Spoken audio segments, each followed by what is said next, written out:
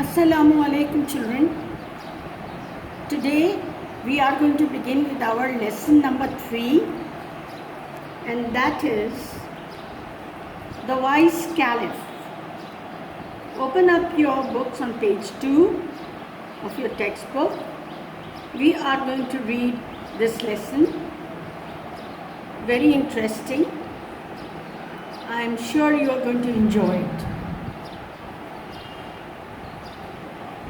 The Caliph Harun al-Rashid was known and respected for his justice and wisdom. I hope we being Muslims, we are fully aware about the Khalifas, and Caliph Harun al-Rashid was one of them.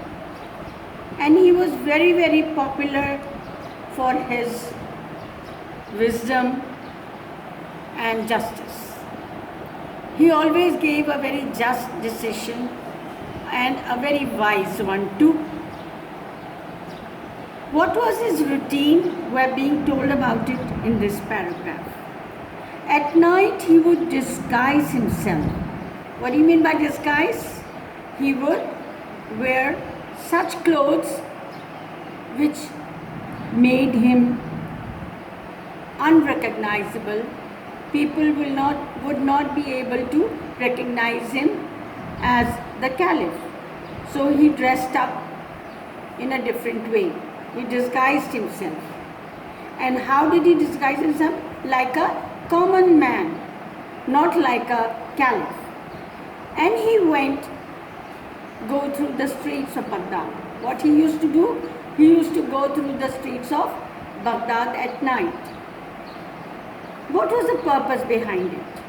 He would mingle means mix up, with the common people. Why?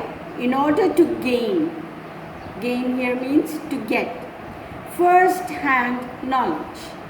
What do we mean by first-hand knowledge? The latest information of their difficulties and problems. So in this paragraph, we are being told that this story is related to Caliph Harun al-Rashid, who was known and respected for his justice and wisdom. And what he used to do as a daily routine, at night he would disguise himself as a common man, and he used to go through the streets of Baghdad. And he used to mix up with the common people in order to get the latest information or to get to know the problems and difficulties of the common people. One day, when he was holding court, two men were brought before him. One of them was well-dressed, was very nicely dressed up, like a rich man, and appeared to be a well-to-do, respectable citizen. Well-to-do, belonging to a very good family. He appeared to be a very respectable citizen. While the other man seemed to be a beggar, because he was in rags, in torn clothes. Rags means torn clothes. These two men were holding between them a beautiful white horse. The Qazi approached the Caliph and said to him, "O leader of the faithful, I have brought before you a dispute which I could not settle. It is a difficult case, but I am certain that with your knowledge and wisdom, you will pronounce a just decision." "What is the dispute?" asked the Caliph. "These two men here are fighting over this horse. Each one of them claims and swears that his horse is his." Swears, kasam khana, to make a promise, to swear a promise. "Step forward," the Caliph ordered the well-dressed man, "and let's hear what you have to say."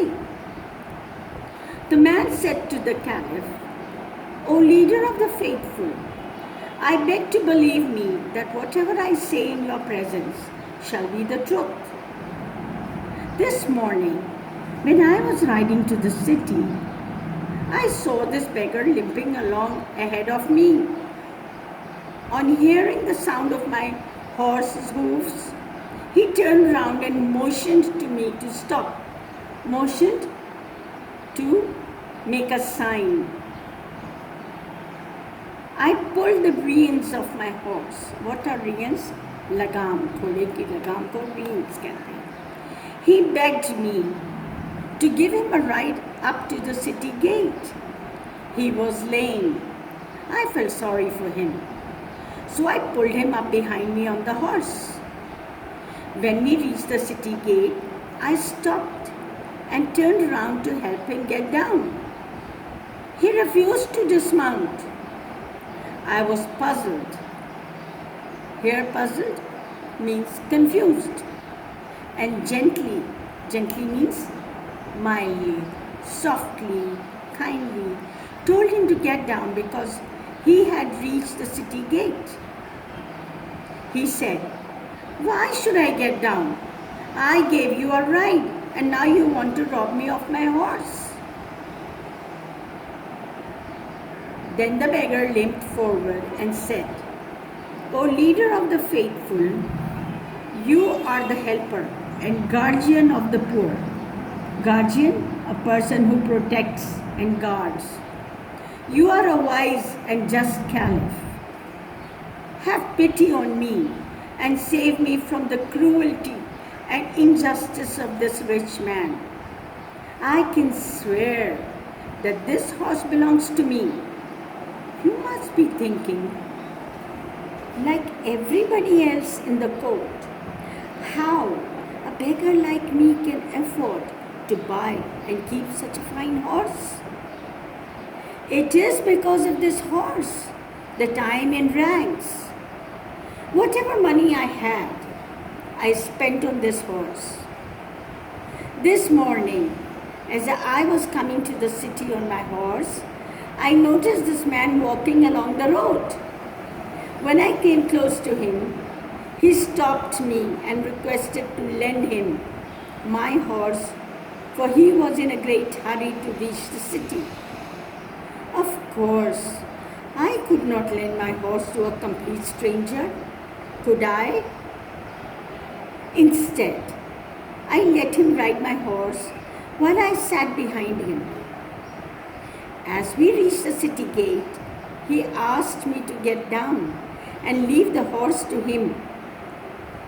"Such a fine horse should not belong to a beggar," he said. "Now be off and don't you mention it to anyone. And even if you do, nobody is going to believe you. Now, sir, I beg you to save me from the robber and restore to me what is my own." Restore here means to give back. "I think this case is not very difficult to decide," said the caliph to the qazi. "I shall decide it in a minute. Tell these men to place their hands on the horse, one by one. Let the beggar do it first." When the beggar touched the horse, it winced as if it did not like the touch of his hand. But at the touch of the rich man's hand, the horse snorted and neighed with pleasure. "This horse belongs to him," pronounced the caliph. Pronounced, announced, declared. "Give the horse to its master." Then the caliph turned to the beggar and said, "You are a liar and a wicked man. You tried to rob an honest and respectable citizen. You deserve severe punishment. Severe, a hard, great punishment. But I shall be merciful." Merciful, rahm dil, to be kind, to give forgiveness, and forgive you this time, if you beg forgiveness of this gentleman here.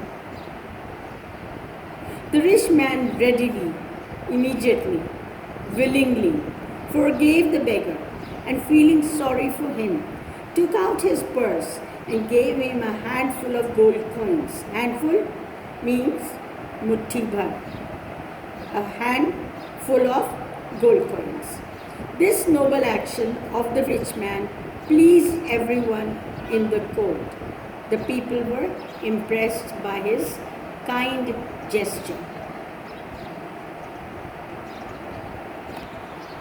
Children, I hope you must have enjoyed the lesson. Very interesting. It tells us about the wisdom and justice of the Caliph Harun al-Rashid and how smartly he came to the conclusion who was the owner and who was the liar. Now I want you to do your written work. Please take down the written work in your registers, complete it, and at the end of this work, I will give you an exercise which you have to do it yourself. Before giving that exercise, I'll also explain to you few things.